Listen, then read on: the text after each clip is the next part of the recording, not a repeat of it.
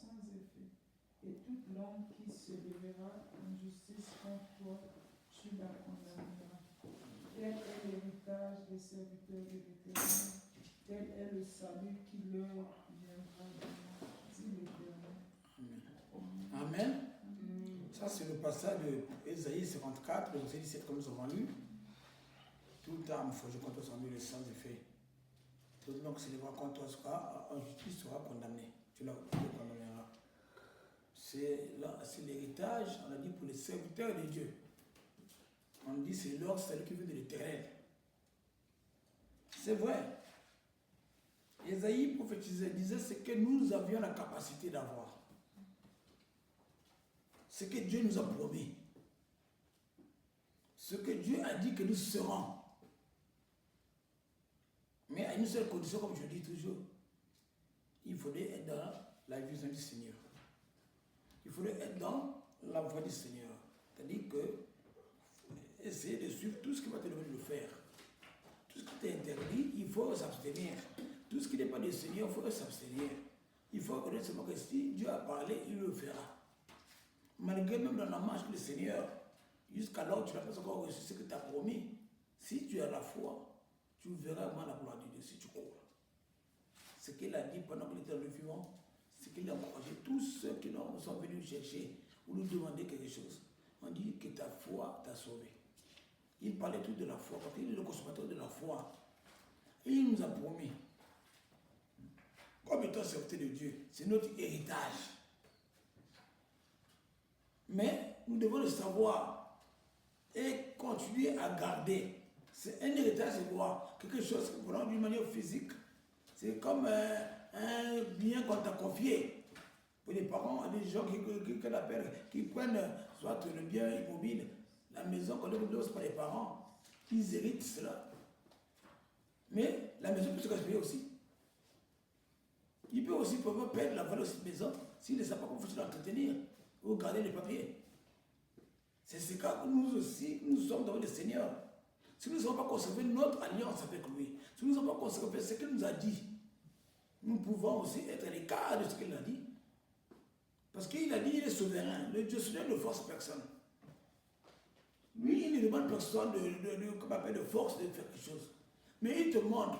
Il a dit à l'homme, voici, je te mets devant deux voies, choisis la meilleure. Il est toujours souverain. Il dit, si tu crois, il va obéir parce que lui, il respecte ce qu'il a prononcé. S'il a dit une chose, la chose doit vraiment s'accomplir. Mais à condition seulement, c'est toi-même qui dois dire oui ou non. C'est l'homme qui refuse. Amen. Si nous disons que oui, Seigneur, moi, je vais te suivre, il va t'amener dans ses voies et tu vas arriver là où il t'avait promis. Sauf que dans les voies qu'il va t'amener, parfois tu vas croire même que non, tu ne seras pas capable d'atteindre l'endroit où ce que Dieu t'a promis. C'est le langage du Seigneur. Amen. Mais nous devons seulement avoir foi. S'il a dit que toute âme forgée contre toi sera donnée sans effet, toute langue qui se lèvera contre toi sera condamnée. Nous devons aussi savoir que dans la parole, même parole nous a dit qu'en ayant l'Esprit de Dieu, nous devenons aussi ceux à qui le Seigneur a donné le pouvoir. Parce que le Saint-Esprit n'est pas donné à n'importe qui. L'animal ne peut pas avoir le Saint-Esprit.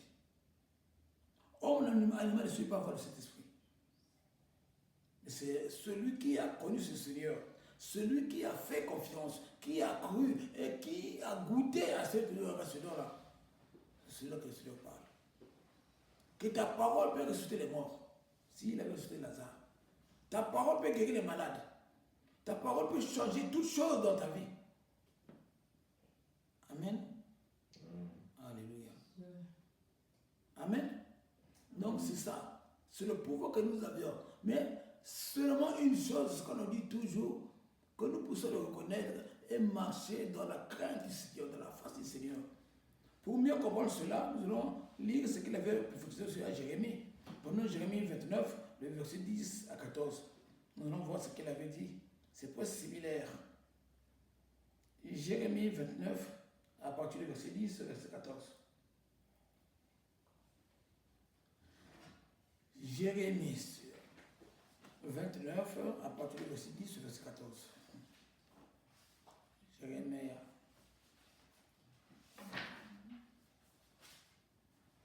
Jérémie 29, à partir du verset 10 au verset 14. Si un frère ou une soeur qui a la Bible, vous pouvez lire. Jérémie 29, 10 à 14.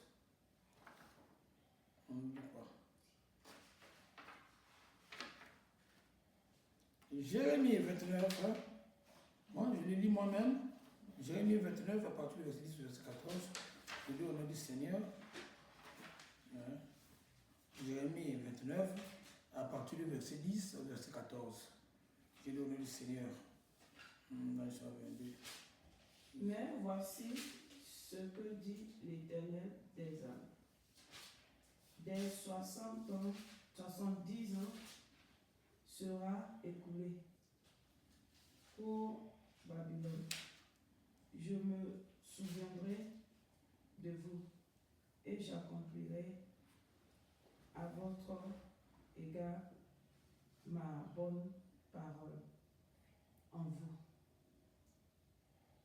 Rarement dans ce lieu-là, car je connais tes projets, je connais les projets que j'ai formés sur vous, dit l'Éternel, projet de paix et non de malheur, afin de vous donner un avenir et de l'espérance. Vous m'invoquerez et vous partiez. Vous me prierez et je vous exaucerai. Vous me chercherez et vous me trouverez, si vous me cherchez de tout votre cœur. Je me laisserai trouver par vous, dit l'Éternel, et je ramènerai vos captifs. Je vous rassemblerai de toutes les nations et de tous les lieux où je vous ai chassés, dit l'Éternel, et je vous ramènerai dans le lieu d'où je vous ai fait aller en captivité. Amen. Amen. La parole, là, si vous comprenez très bien, donc il dit 70 ans ou 60 ans écoulés. Ça veut dire que il n'est pas dit que si tu es un enfant de Dieu, tu ne peux pas avoir un moment de dilemme, un moment de complications qui peut être à sauver dans ta vie ou dans ta marche du Seigneur. Mais le Seigneur a fait un temps pour toutes choses. Il a dit qu'il connaissait. Il reconnaît les bonnes paroles qu'il avait prononcées. Mais il a laissé ce temps-là. Il avait laissé ce temps-là à nos bien-aimés, que nous sommes aujourd'hui. Et jusqu'à ce qu'il a fait accomplir ce qu'il avait prononcé. 70 ans après. C'est-à-dire que ce que 70 ans que vous voyez là, on dit pour le Seigneur devant lui, 1000 ans, c'est comment? Un jour.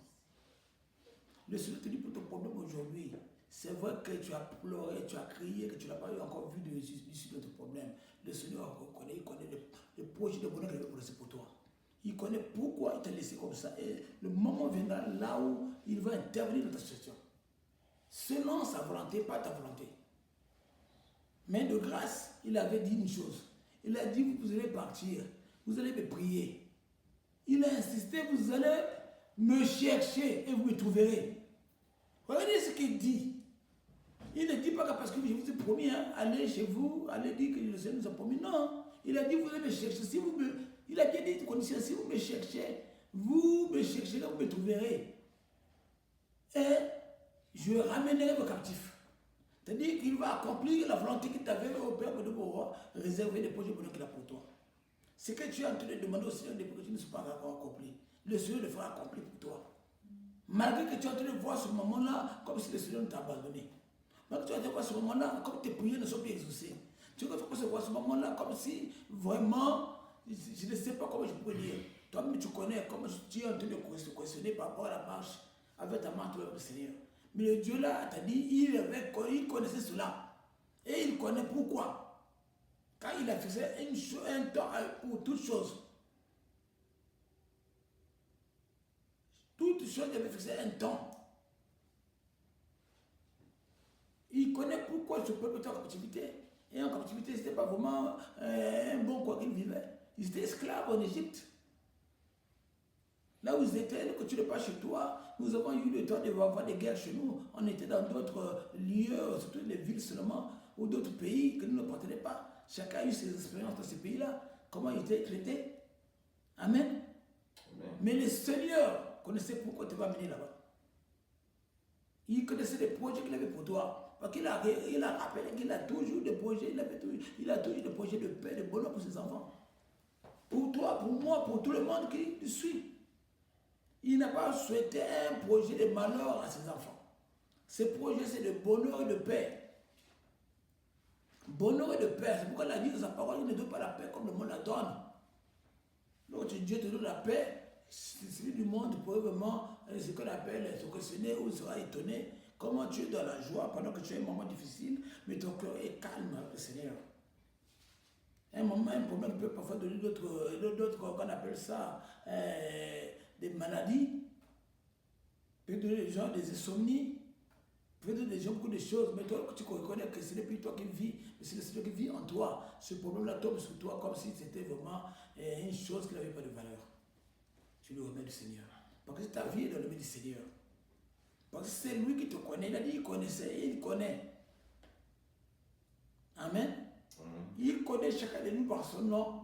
Lui qui sont les cœurs, les reins, il connaît ce que toi tu traverses. Mais il t'a dit ce soir, mets ta foi sur lui.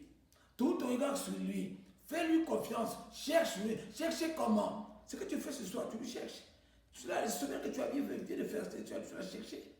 C'est-à-dire que tu as absolu d'autres choses pour lui chercher. C'est-à-dire que tu faut prendre un temps que tu vas chercher pour toi avec ton Dieu. Quand tu sais que tu es charnel, nous sommes de la chair, c'est Dieu et esprit. Donc il faut lui chercher réellement en esprit, en vérité. Ce qu'il a besoin de nous.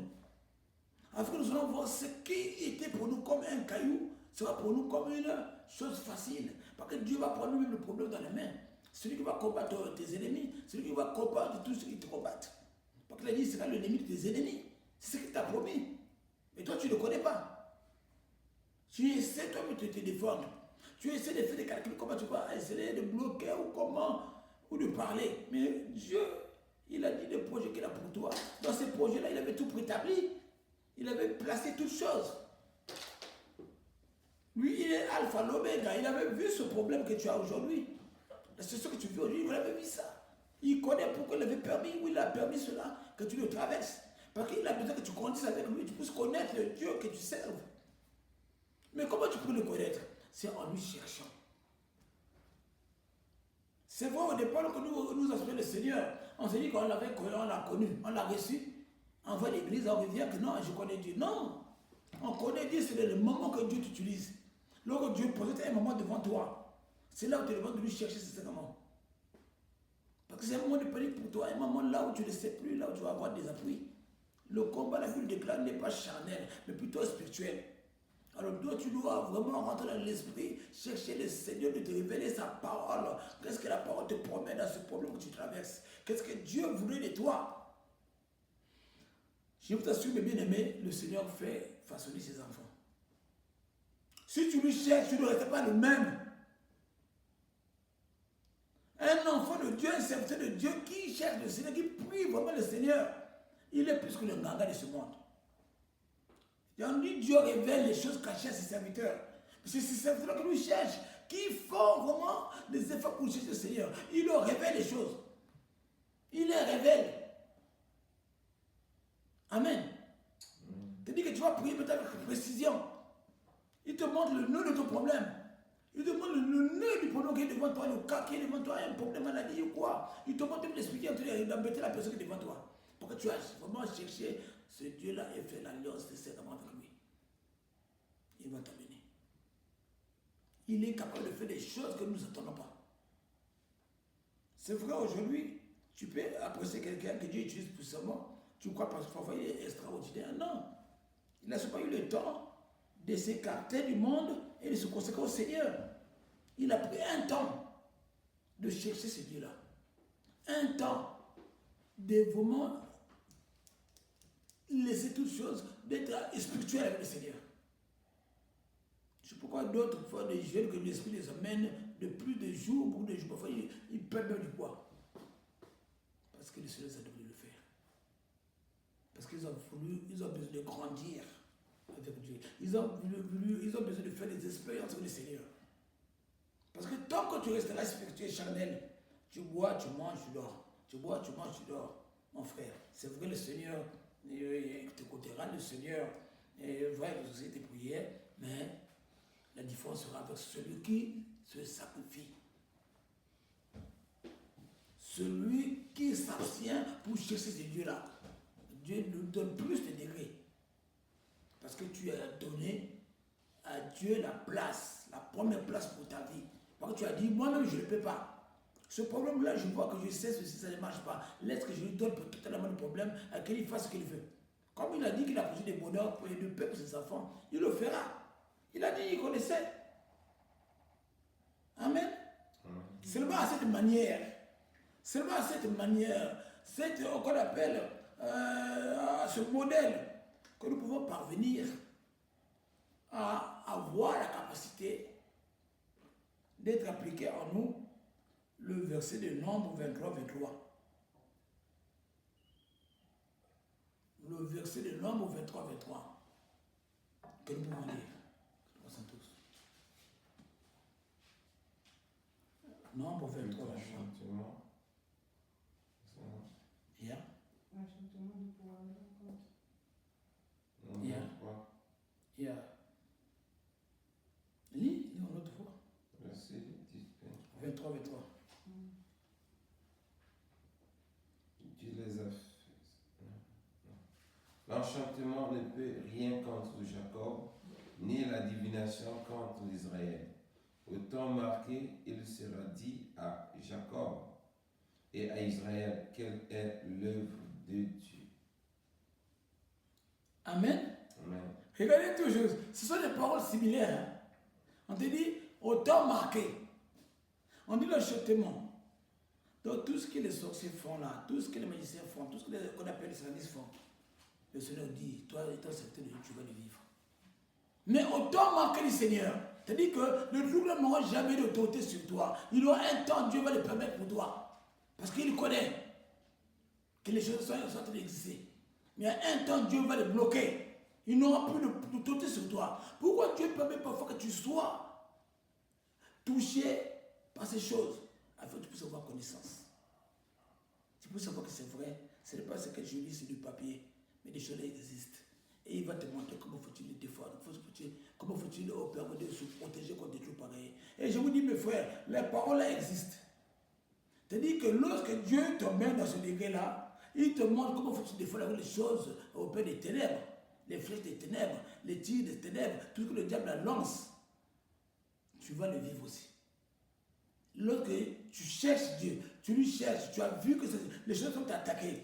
Tu cherches Dieu, tu appliques ce que tu dis là, c'est le même chose que tu vas y trouver. Tout cela va devenir comme ce que nous avons dit. Ça n'aura pas d'effet sur toi. Autant manquer le Seigneur, ça n'aura pas d'effet. Au départ, ça peut t'embrouiller. Mais si tu keeps, tu gardes ta droiture, tu gardes à chercher le Seigneur, ta foi ne soit pas vraiment une foi qui va vraiment abandonner votre Seigneur, tu vas le deviner. N'aura pas d'effet. Ça devient maintenant sans effet comme la Bible déclare dans ce contrat. Les mêmes tireurs, les mêmes sorciers, le même magicien peut venir prendre tes habits ou ta photo pour aller incanter, pour essayer de lancer encore les mêmes choses. N'aura pas d'effet.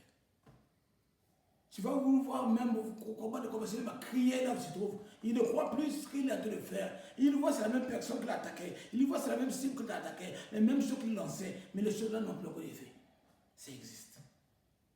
C'est seulement chercher le Seigneur et marcher dans sa crainte.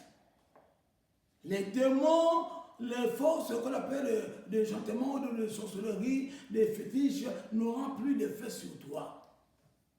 Ils vont faire ce qu'ils peuvent faire. Mais le Seigneur qui dit le temps fixé, c'est fini. Ils vont essayer fatiguer. C'est pourquoi le diable rôde maintenant. Il va rôder pour chercher peut-être, il va avoir encore une chance de te répondre. Mais toi qui es averti, là où tu vois la gloire de Dieu comme ça, tu étais malmené par le diable ou par le sorcier, et maintenant aujourd'hui, tu vois que le sorcier n'a plus de force, et toi tu vas abandonner la foi. C'est la honte, et qu'on appelle une bêtise grave, une nouvelle grave. Tu vas chercher à grimper plus avec le Seigneur. Amen. Le moment difficile que le Seigneur permet, avant que ce temps soit fixé, le temps qu'il a fixé, ça arrive. Il ne t'a pas abandonné. C'est à toi de lui demander, de lui chercher, de lui poser des questions. Qu'est-ce qu'il veut de toi? Il va t'emmener. Il va te façonner. Il va te faire grandir. Tu vas voir qu'il y aura des moments là où vraiment tu n'auras même pas peur d'un sorcier qui se fâche devant toi, qui te met le doigt, quelqu'un meurt. Et il te met le doigt là, tu vas mourir. Parce que tu n'es plus là les mêmes personnes. C'est depuis toi qui es là comme étant l'homme physique qui était là, ou charnel. Mais tu es un homme spirituel. C'est Dieu qui a pris place. Tout ce que nous disons là, parce que c'est vrai que le sorcier qui le connaît. Il connaît qu'il voit ça. Il les rencontre dans les enfants de Dieu qui l'attaquent. Amen. Dans les paroles que nous lisons là, ce n'est pas de la blague. Il n'y a que des conditions. Dieu donne des conditions dans toutes choses. Si tu nous connais, tu dis que oui, c'est vrai, aujourd'hui tu es en train de pleurer. Aujourd'hui tu es en train de te lamenter pour un problème qui t'est arrivé. Dieu te dit, ne te lamente pas, ne te décourage pas dans la foi. Cherche-lui davantage, il connaît pourquoi il l'a permis. Au moment opportun, tu verras que tu vas stabiliser ta famille, stabiliser ta maison, stabiliser dans toutes choses, ta santé, dans ta mariage, tout ce que tu as besoin. Parce que Dieu t'a montré que non, sans lui tu ne peux rien. Sans son effort, tu ne peux rien. Tu peux bon pleurer, le pleur ne peut pas changer les choses. Le pleur ne peut rien changer. Le marabout, lorsqu'il est dans son sel, tu peux pleurer là, tu ne fais que le bien, ça devient comme un fou. C'est-à-dire que le fou, là, que tu t'attaques, si tu pleures, tu lui fais plaisir, il va continuer à te maltraiter. Alors c'est pourquoi on dit le problème de Dieu au non.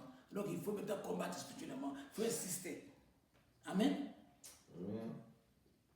En tout cas, mes bien-aimés, la parole nous encourage toujours. Ne croyons pas, étant chrétiens, que nous sommes à l'abri, que ne pas les toucher. Dieu lui-même, il est souverain, il fait ce qu'il veut. Et à un moment donné, il permet, on dit Dieu permet. Parce que c'est comme il faut dire que Dieu a permis que l'esprit, qu'on appelle malin, allait attaquer Saoul. Au départ, Saoul était avec lui. C'est lui qui permet. Amen. Donc, nous devons le savoir. Il faut chercher la face de Dieu. C'est la même manière lorsque, je me trompe pas, c'était dans le règne de David, lorsqu'il avait péché, et Dieu avait demandé de faire un choix où il devait frapper le peuple par des maladies, où il devait frapper. Et qu'on appelle lui-même de deux choses, lui plaît. De choisir. Des châtiments qui disent. Il devait pas. Et voilà, oui. C'est pas Dieu lui-même. Et il fallait comment il devait placer l'ange. C'était l'ange qui était en train de frapper. Et il fallait prier encore pour l'ange là, prier sur la face de Dieu pour qu'il change. C'est ce que Dieu fait. C'est-à-dire que lorsqu'il frappe, lorsqu'il permet, il ne fuit pas. Il a un langage, il a un message qui te libère. Il veut te façonner, il veut te montrer la faille, pourquoi tu as eu ça. Parce que tu étais faible spirituellement. Oui, mais bien aimé, au départ, nous sommes faibles. Par rapport au degré, c'est pourquoi on dit que Dieu ne touche jamais ses enfants dans leur force. Lorsque nous recevons les coups de l'ennemi, c'est que le degré là n'était pas encore le degré là Dieu voulait que vous ayez été. Il faut chercher encore pour monter. Alors que tu montes, ça devient peut-être ça te fait, tu comprends que tu montes. Amen. C'est ce que Dieu veut de nous. Dieu a besoin, c'est comme toute maman, tout papa qui a besoin, qui garde les enfants à la maison. Il nourrit l'enfant depuis la première année, l'enfant est toujours de court, ne grandit pas. Mais qui peut être content? On est plus des rachidien. Il faut grandir. Il faut quitter le niveau du bébé spirituel, d'être encore quelqu'un qui doit maintenant marcher, chercher à manger des choses solides. Il ne faut pas, depuis que tu as connu le Seigneur, tu as la même chose. Même les démons, parfois, peuvent te résister quand tu parles, tu dis, toi aussi, tu me dis quoi? Et des démons qui là, tu regardes là, ils n'ont même pas peur. Alors d'autres, lorsqu'ils te voient, tu es bien aguerri là, ils commencent à dire, toi, comme disait au Seigneur, pourquoi tu me tourmentes même pendant que tu n'as pas parlé? Parce qu'il connaît que non, là tu es prêt, tu es capable de lui détruire. Alors que l'enfant de Dieu doit vraiment chercher à grandir. Nous avons toutes ces promesses. Tout. Dans ta maison, tu as attaqué. Avant d'appeler de l'aide, tu peux d'abord prononcer un mot qui peut faire peur dans le camp de l'ennemi. Amen. Parce que l'Esprit Saint de Dieu est donné à tous. Nous sommes là parce que nous avons cet esprit qui nous donne cet encouragement-là, cette foi-là, de continuer à suivre le Seigneur. Sinon, mes bien-aimés, le sommeil est très important pour la chair. Les gens ont besoin de dormir pour aller au travail demain, pour aller faire les choses demain. Mais si tu laisses ton lit pour que tu sois là, ce n'est pas en vain. Dieu te parle ce soir. Il faut nous chercher. Malgré ton problème, c'est Dieu qui t'a dit qu'il y avait un temps fixé pour cela. S'il avait fait à ce peuple d'Israël qui est toi et moi aujourd'hui, il le fera encore aujourd'hui, car il est le même, il est je suis. Mais c'est à nous de s'attacher à lui, de nous chercher, de lui donner le fardeau, de nous donner le combat, de nous donner le bataille. Si ce n'était pas le Seigneur dans nos vies, comme je le dis toujours, nul était la volonté du Seigneur en nous, nous autres là, on ne devait plus vivre. C'est que la manière, le monde du ténèbre nous hait vraiment. La manière des sorciers ont besoin de nous mettre à terre. Tu vas fuir. Tu vas fuir. Il laisse les hommes là-bas. Il laisse des gens qui n'ont pas même de toiture là. Qui dorment nus comme ça là où ils peuvent voir facilement. Mais ils viennent là où les gens sont protégés dans les maisons. Il te cherche seulement toi parce que tu lui déranges. Il n'a pas besoin de te voir avec les samaritains que Dieu te dit qu'il a débauché les paix de bonheur pour toi. Les points de bonheur que Dieu te parle, c'est dans tous les domaines de ta vie. Comme sur ton travail, partout où tu iras, ton mariage, tout ce que tu feras, Dieu te dit que tu verras le bonheur de Dieu, donc la gloire de Dieu. Mais c'est à toi de lui chercher. Il t'a dit de lui chercher, tu vas me trouver. Tu pries, il va t'exaucer. C'est ce qu'il te dit ce soir, c'est ce qu'il nous demande seulement. Lui, c'est ce qu'il nous demande. Il est prêt à nous faire du bien. C'est pourquoi il a dit, ses enfants sur la tête et la queue. Si tu t'attaches, tu cherches sincèrement, tu vas voir que le Seigneur va te distinguer. Partout tu iras. Tu n'auras pas une compagnie là où tu vas rester seulement dans cette compagnie. Partout tu vas mettre pied, tu vas briller. Les gens vont savoir qu'il y a un travailleur ici, que tu es bon. Parce que le Seigneur qui travaille avec toi. Amen. C'est la gloire de Dieu qui doit t'accompagner partout. Tout ce que tu toucheras sera béni. Tout ce que tu vas toucher. C'est-à-dire que dans toute compagnie que tu vas mettre place, toi tu seras porteur de bénédiction. Tu ne le sauras pas. Parce que tu as Dieu avec toi. Et il te suit partout là tu pars. Amen. Amen. Alléluia. Donc, mes bien-aimés, nous devons connaître ce que nous sommes. Nous devons connaître ce que nous sommes. Notre Dieu châtie celui qui l'aime. Donc, ce qui permet chez nous, on doit pleurer au Seigneur. Papa, pourquoi tu as permis sur le Seigneur? Regarde, Seigneur, mes faiblesses. Regarde, Seigneur, ce problème. Regarde, papa. Tu lui parles avec foi. Tu lui rappelles ce que tu as dit, de projet de bonheur qu'il a pour toi et de paix. Il va te accorder la paix dans ta situation que tu traverses, qui t'arrache la paix. Il est capable. Si tu lui demandes, Seigneur, je ne peux plus. Ton esprit de Dieu qui a dit, tu es le consolateur. Il est consolateur pour quoi? Ce n'est pas consolateur seulement pour ce que nous disons, quand on dit consolateur, il vient conduire l'église ou la parole. Non. Consolateur parce qu'il y a un problème qui était vu par le Seigneur, qui devait venir dans ta vie, dans la marche du Seigneur, toi qui as choisi le Seigneur.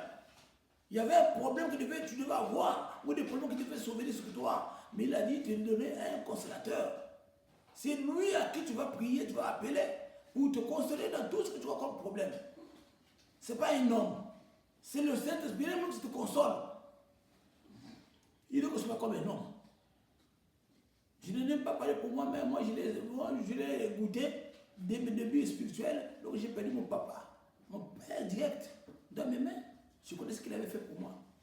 Le Seigneur m'a fait voir sa gloire. J'ai été comme si quelqu'un, c'était pas mon père, qui était à côté de moi. Il m'a vraiment donné cette force. Étant encore jeune, comme si j'étais devenu grand. Amen. Le consolateur là est capable.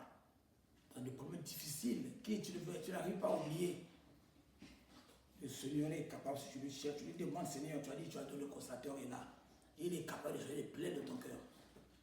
Le problème que ne te fait pas vraiment respirer, que tu regardes jusqu'alors. Tu es là, c'est vrai. Tu vas voir ce problème-là, c'est vrai, le problème-là a été un problème, mais les mêmes douleurs, les mêmes manières que ça te ronge le cœur. Parfois, les gens deviennent malades comme ça, sans le connaître. sur la chair, sur le corps. Penser. Tu vas avoir maintenant un problème d'estomac, un problème de bête au niveau de la poitrine, ou du cœur. Demandez au Seigneur que lui-même qui passe. Et nous allons terminer dans Nombre 24, le verset 1er. Après, on va prendre le poste 8 à 10. Disons d'abord Nombre 24. Le même passage que nous sommes, Nombre 24. On prend d'abord le premier verset, on saute. Je pense qu'on a dit. Non, on était 23. Maintenant 24. On est sur le chapitre. 24. 24. Non, 24, merci. Prends d'abord le premier verset, après tu sautes, tu prends le 8 à 10. Balaam vit que l'Éternel trouva bon de bénir Israël et il n'alla point comme les autres fois à la rencontre des enchantements, mais il tourna son visage du côté du désert. Continue. Répète quoi ce passage? C'est un passage clair, c'est un bon passage. Balaam vit que l'Éternel trouva bon de bénir l'Israël, et il n'alla point comme autrefois à la rencontre des enchantements, mais il tourna son visage vers du côté du désert. Balaam, verset 2. Non, tu sautes, tu prends 8 à 10 maintenant. 8 à 10. Même Verset passage. 8 à 10. Dieu l'a fait sortir d'Égypte. Il est pour lui comme la vigueur d'un buffle. Il dévore les nations qui s'élèvent contre lui. Il brise leurs os et les abat à ses flèches.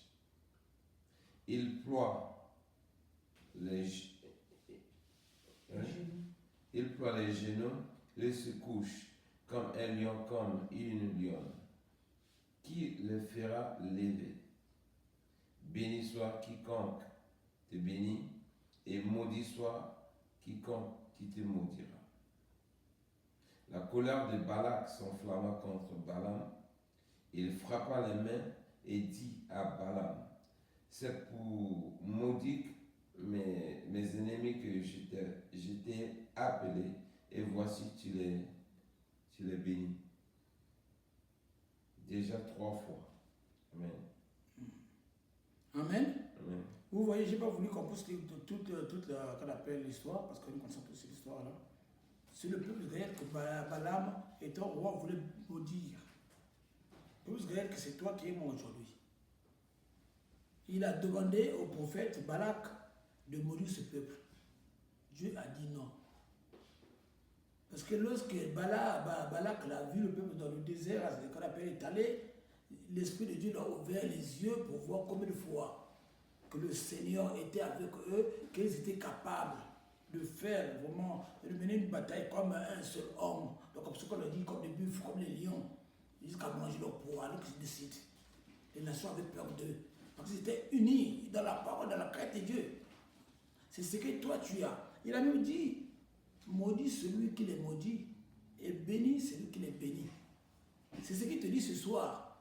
Que toute personne qui te maudit sera maudit. Toute personne qui te bénira sera bénie. Car tu es la race ou tu fais partie des peuples d'Israël qui est sorti d'Égypte qu'on parle ce soir.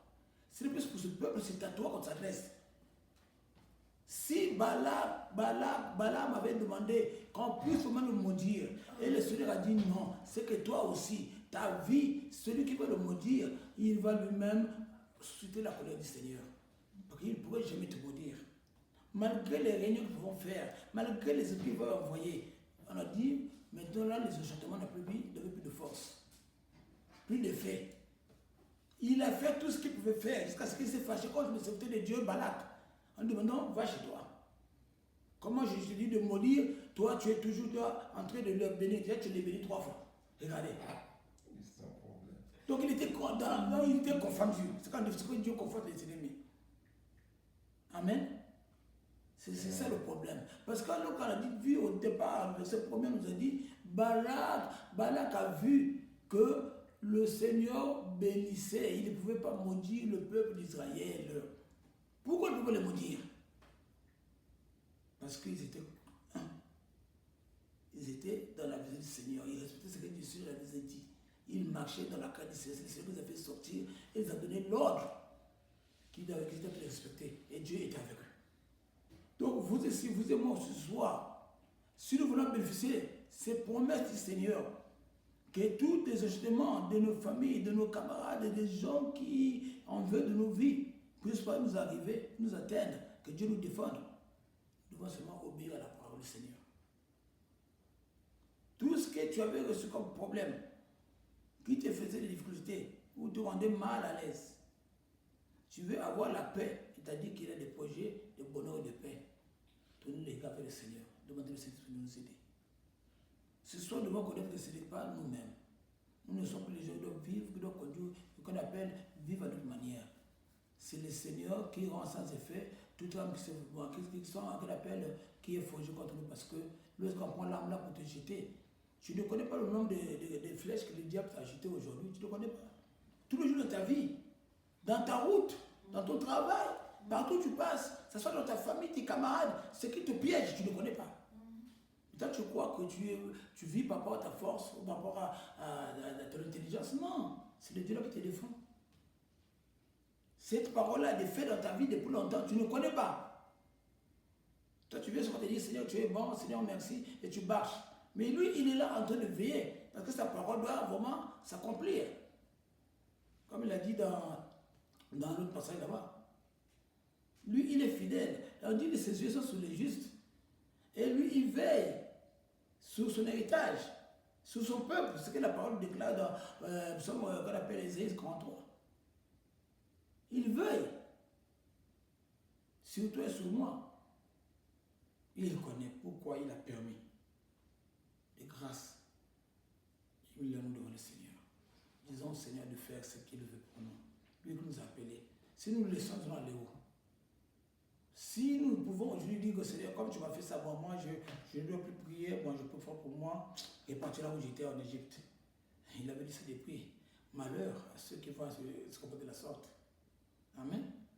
Donc, que Dieu le Seigneur nous donne la force.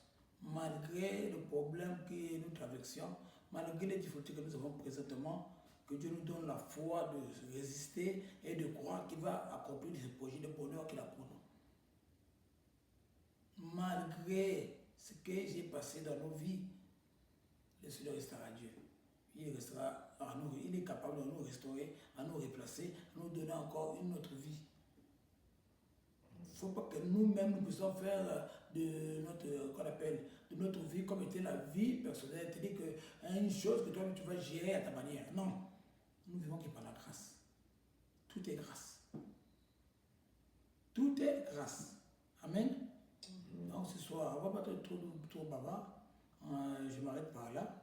Nous allons aller dans quelques séquences de prière. Que Dieu nous donne la force de comprendre sa parole. Sinon, toute âme forgée contre toi sera mis sanctifié. Lorsque tu vas obéir à la parole de Dieu, marcher dans sa crainte, marcher selon ses directives. Et lui, il va veiller que sa parole doit s'être accomplie dans ta vie. Amen. Amen. Alléluia. C'est tout ce que vous voulez dire pour cela, papa. Nous allons aller maintenant dans notre série de prière. Si je veux prier pour dire au Seigneur merci. Papa, merci encore pour la parole que tu veux donner à ton peuple, mon Dieu. Laisse que tu nous as parlé. Et c'est que moi, qui suis encore papa l'orateur, je sais que tu vas encore au Père révéler encore quelque chose que j'oubliais. Donne-moi la force de continuer la marche avec toi. Je sais que je ne vis pas par moi-même. Si je vis parce que toi tu l'as voulu, nul était ta volonté dans ma vie, je ne veux pas avoir cet âge, Père.